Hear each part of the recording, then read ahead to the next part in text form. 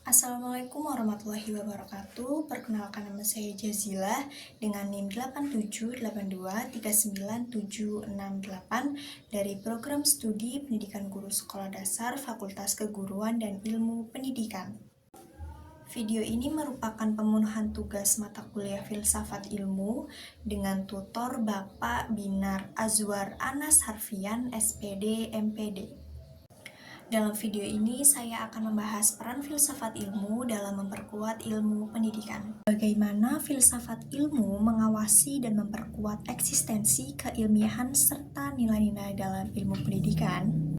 Dalam filsafat ilmu, ontologi mengeksplorasi hakikat pendidikan, epistemologi berfokus pada sumber pengetahuan dan metode pendidikan, sementara aksiologi menekankan pada nilai-nilai dalam pendidikan. Hubungan erat antar ketiga aspek ini dalam konteks pendidikan adalah ontologi mendefinisikan hakikat pendidikan, epistemologi menentukan cara mendapatkan pengetahuan, dan aksiologi mengarahkan nilai-nilai dalam pendidikan.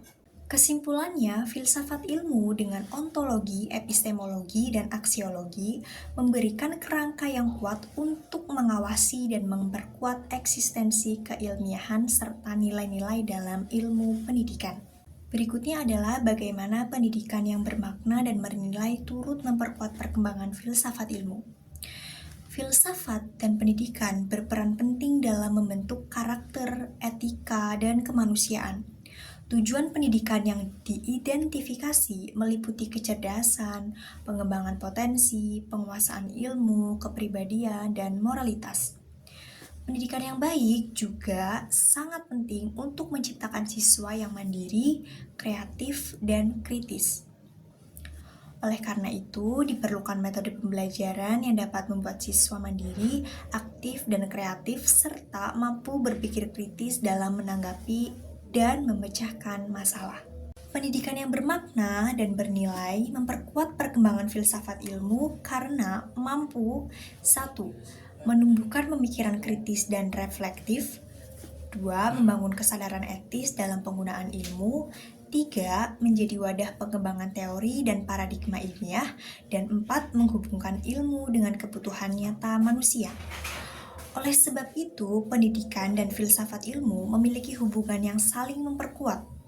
Pendidikan membantu perkembangan filsafat ilmu, sementara filsafat ilmu memberikan dasar berpikir bagi pendidikan agar tetap ilmiah, bermakna, dan bernilai. Mengapa filsafat ilmu dapat disebut sebagai pisau analisis? Ontologi, epistemologi, dan aksiologi dalam membedah persoalan-persoalan pendidikan. Sistematika filsafat secara garis besar ada 3 pembahasan pokok atau bagian, yaitu epistemologi atau teori pengetahuan yang membahas bagaimana kita memperoleh pengetahuan, ontologi atau teori hakikat yang membahas tentang hakikat segala sesuatu yang melahirkan pengetahuan, dan aksiologi atau teori nilai yang membahas tentang guna pengetahuan. Filsafat ilmu disebut sebagai pisau analisis dalam pendidikan karena mampu membedah persoalan secara menyeluruh melalui ketiga pendekatan tersebut. Persoalan pendidikan dapat dipahami secara lebih mendalam, objektif, dan menghasilkan solusi yang tidak hanya efektif, tetapi juga bermakna dan bernilai bagi perkembangan manusia. Yang terakhir adalah contoh konkret penerapan filsafat ilmu dalam praktik pendidikan, misalnya dalam kebijakan kurikulum atau proses pembelajaran. Dalam hal ini, saya mengambil kebijakan kurikulum merdeka di Indonesia.